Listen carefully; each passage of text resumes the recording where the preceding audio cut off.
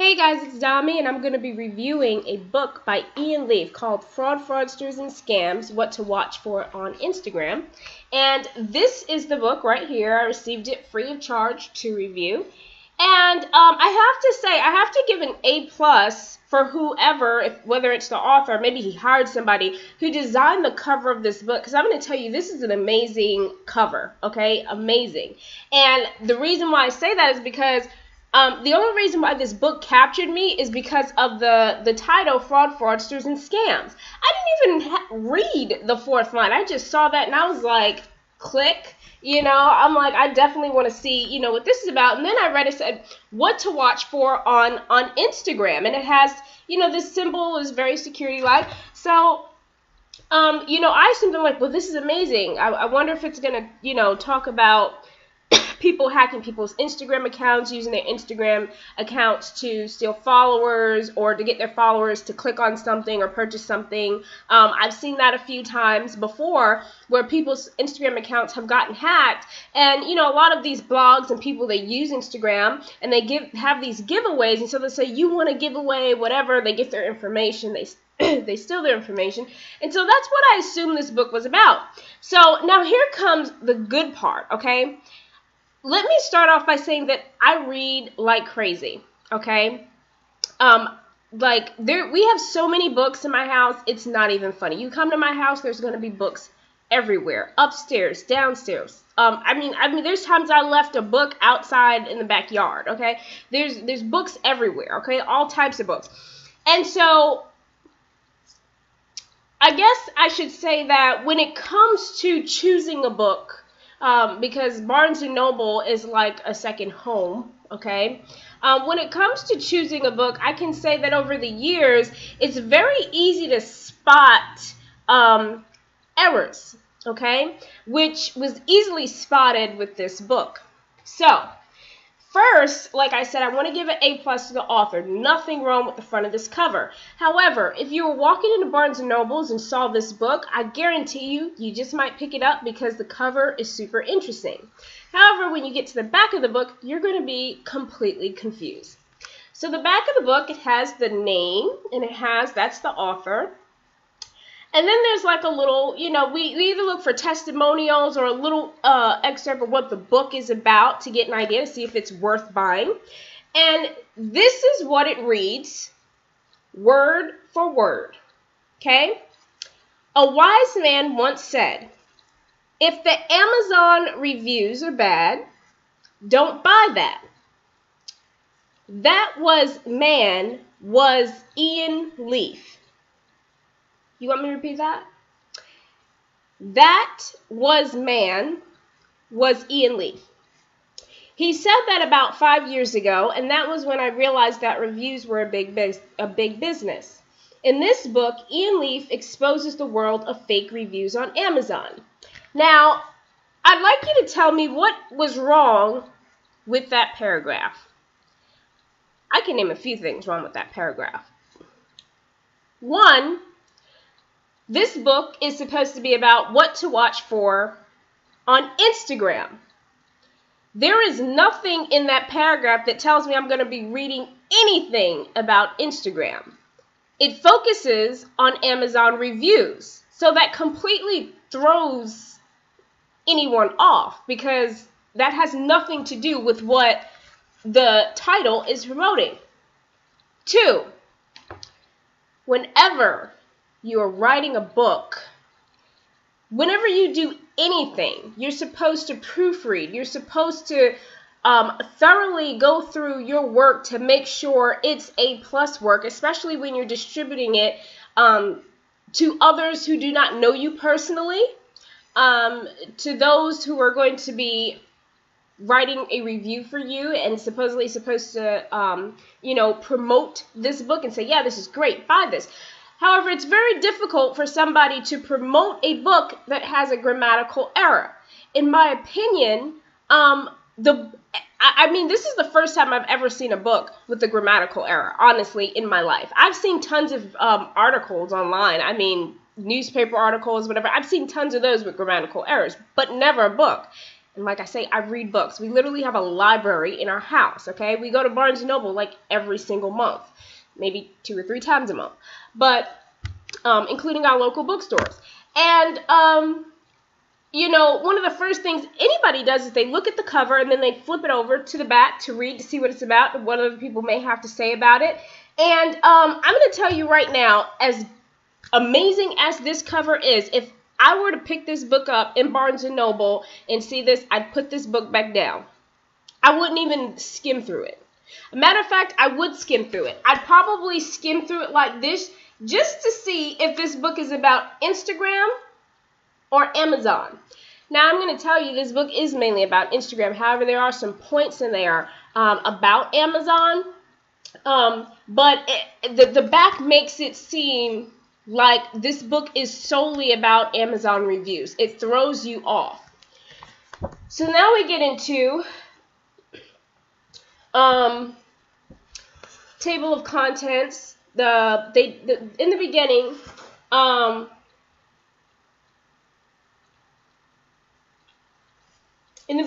it kind of gives you the foreword. And again, the foreword says the same thing the back of the book says and has the same grammatical error in it. So it's, to be honest with you, I really skimmed through this book. I mean, I did read it. There's some parts that just didn't resonate with me or just weren't, didn't really have anything to do with me. That's why I skimmed through them. But anyway, so yes, that was a main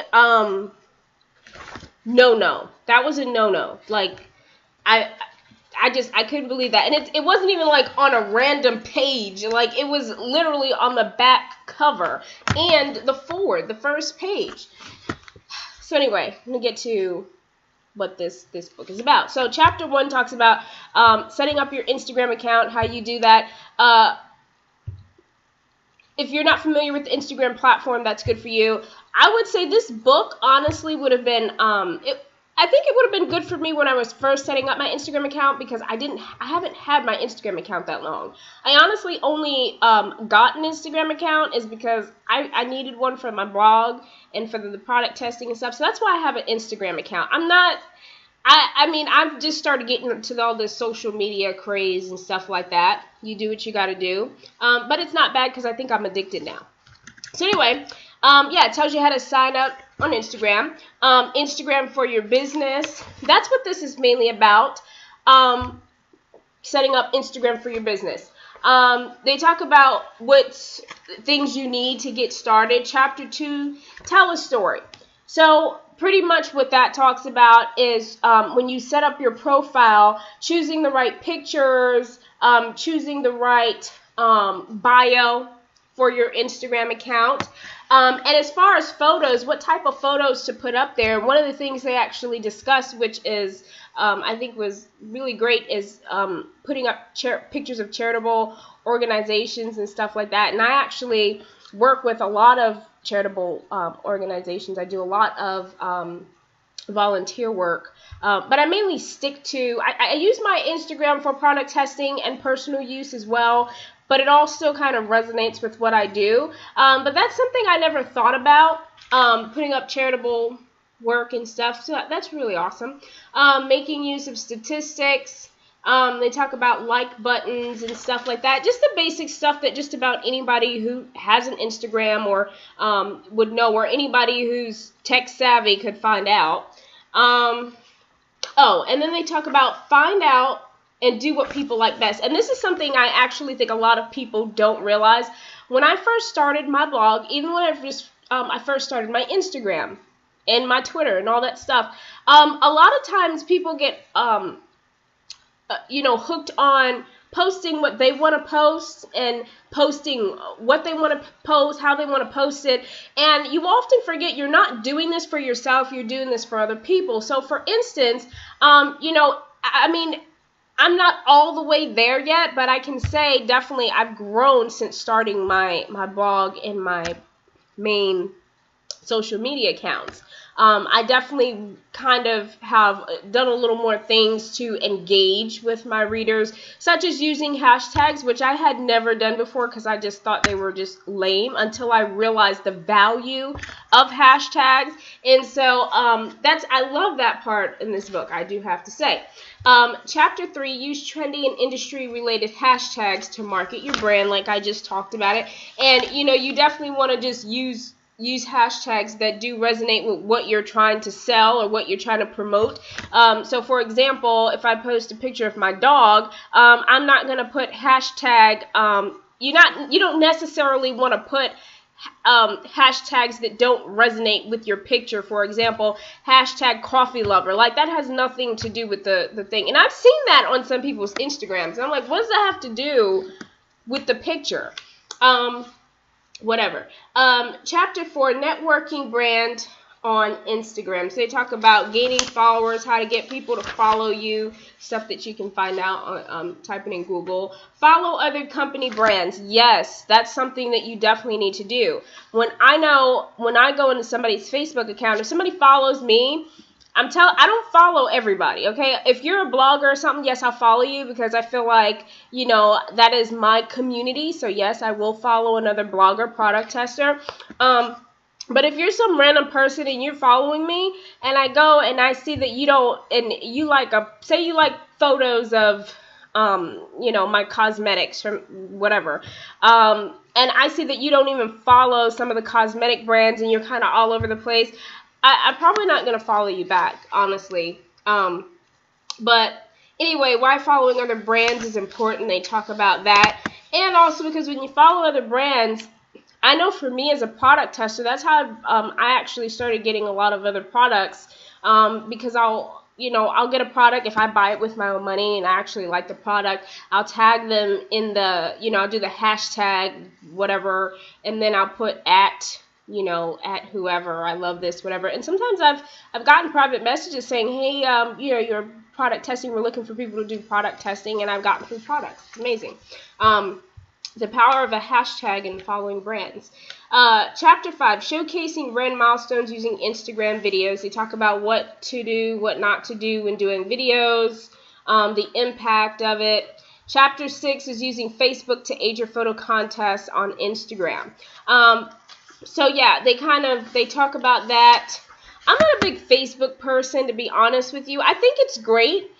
I'm on Facebook on my personal page, more so just because I am, and I don't know. But as far as my blog is considered, I have more people engaged on Instagram. Pinterest is crazy because I don't even do much on Pinterest, and I get like people just liking my stuff and following me. So that's the only reason why I kept Pinterest. It's insane how many people love it. I think Pinterest is a waste of time, to be honest with you. But anyway, talk about increasing the likes and views. Make use of Facebook status updates. Now, where I can say Facebook does come in handy is that because people are using Facebook, and a lot of people, I have connected with other brands, and I have connected with other product testers where they private message me about, hey, sign up for this site. They're a new site doing a lot of product tests, or or sign up for this, stuff like that. So it is a good way in a way when you want to connect or network with other people within your, your community. And chapter 7 is rewarding followers with promotions and freebies, and that is something that I do on my blog page. I don't do it on my Instagram and stuff, but I will start doing that this year, so I'm really excited about that. And especially now that I have more people like looking at my Instagram page, I think it's really good. But anyway, so they talk about how that can really promote and enhance your business, gain you followers, reward followers with incentives for comments, and that is true. I've a while back, it was, what was it? It was a skincare product. And I had wrote a comment. I mean, I absolutely loved it. It really worked on my skin. And so when I commented, and it wasn't to get the free product. I just absolutely love the product. I had my face, I showed it off, and I actually went out and then bought like the set and stuff because it, like I said, it really works. And I think I got it at a discount because I had a coupon. And the company was like, "Oh, thank you so much. You loved our product, whatever." They gave me a 50% off. They sent me a message, gave me 50% off for the line of products that I was using, so the next time I go, I wouldn't pay full price. And then I was so excited, so I posted again. I was like, got 50% off, thank you, blah, blah. And then the next thing I know, they said if I was, interested in reviewing a new line that they were coming out with. And that was all just because I wrote a simple comment saying how much I actually love their products.